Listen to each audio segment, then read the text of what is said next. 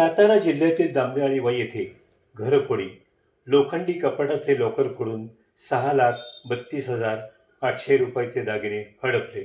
नमस्कार, मी संजीव महामुनी, सातारा जिल्हा प्रतिनिधी आणि आपण पाहताय युवा मराठी न्यूज. वाई शहरातील चोऱ्यांचे सत्र काही महिन्यांच्या अंतराने पुन्हा सुरू झाले आहे.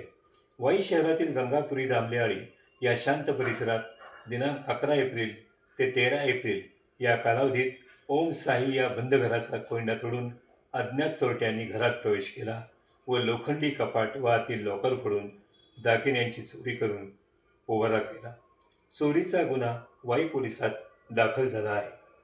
गंगापुरी वाई येथील दामलेवाडीमध्ये ओम साई या 2 मजली घर नंबर 214 गेट बंद घरात सीताराम धोंडू शेलार वय वर्षे 67 कुटुंबासह राहतात. मूळचे कोठरोशी तालुका महाबळेश्वर येथील शेलार हे अनेक वर्षापासून वाई येथे स्थायिक आहेत. दिनांक 11 एप्रिल ते 13 एप्रिल ते बाहेरगावी गेल्याचा फायदा घेऊन पाळत ठेवून दरवाजाचा कोंडा तोडून शेवटच्या खोलीत चोरट्यांनी प्रवेश केला. लोखंडी कपाटाचे दार व आतील लॉकर फोडून चोरट्यांनी 6,32,800 रुपयाचे सोन्याचे दागिने लंपास केले. मात्र नकली दागिने तेथेच टाकून चोरटे पसार झाले.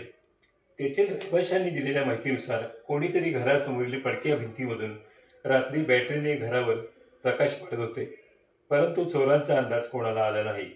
चोरीस गेलेल्या ऐवजामध्ये अंगठ्या, कानातील टॉप्स, लक्ष्मीहार, चेन, गंठण, नेकलेस इत्यादी दागिन्यांचा समावेश आहे. सोन्याच्या दागिन्यांचे वजन 7 तोळे 9 ग्रॅम 200 मिली इतके आहे. या प्रकरणी भारतीय न्यायसंहिता कलम 331(3), 331(4) व 305 अन्वये गुन्हा दाखल झाला आहे. पुढील तपास पोलीस उपनिरीक्षक वाळुंज व त्यांची टीम करत आहे. स्थानिक रहिवाशांना सतर्क राहण्याचे पोलिसांनी आवाहन केले आहे.